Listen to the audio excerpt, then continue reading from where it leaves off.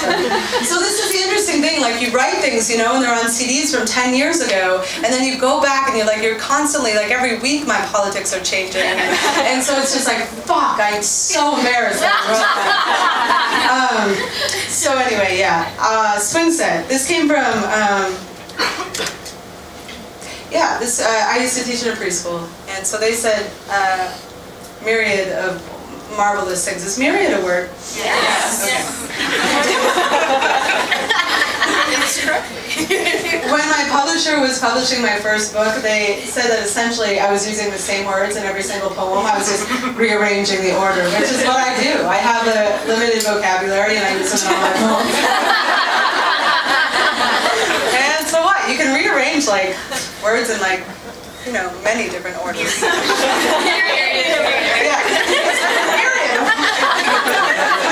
You will hear it in my next 10 poems. Okay, so this is a very old poem. This is actually one of the, I've been doing this for years now. God, how many? 12, I think. And it might be that old. Hopefully I know the words. Are you a boy or a girl? He asks, staring up from the all 3 feet of his pudding face grandeur, and I say, Dylan, you've been in this class for 3 years and you still don't know if I'm a boy or a girl? Well then at this point, I really don't think it matters, do you?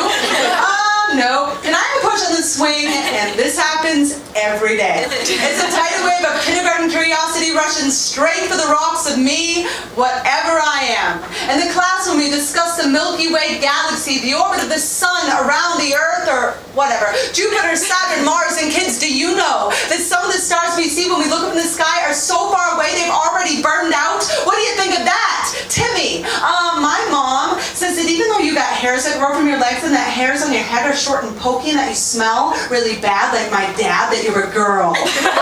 Thank you, Timmy.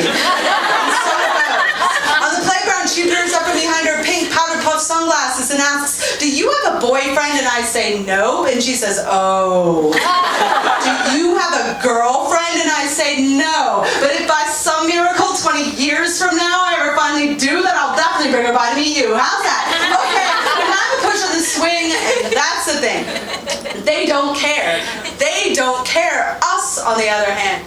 My father sitting across the table at Christmas dinner, gritting his teeth over his still full plate, his appetite ripped away by the intrusion of my haircut. What were you thinking? You used to be such a pretty girl. College boys drunk and screaming, leaning out the window of their daddy's SUVs. Hey, are you a faggot or a dyke? And I wonder what would happen if I met up with him in the middle of the night.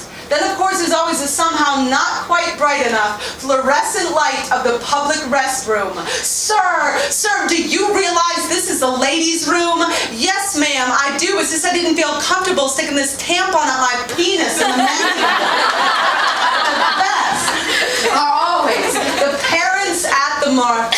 The mother sticking up her nose, or the father pushes aside his child's wide eyes, whispering, don't stare, it's rude. And I'm going to say, listen, dude, the only rude thing I see is your paranoid parental hand pushing aside the best education on self that kid's ever going to get, the one with your pinks and blues, your boy-girl rules. So why don't you take your macho and shove it in that car with your wife's fucking issue of Cosmo? Because tomorrow I start my day with 28 miles that know a hell of a lot more than you. And if I show up in a pink frilly dress, those kids won't love me any more or less. Hey, are you a boy or a... Oh, never mind. Can I have a push on the swing?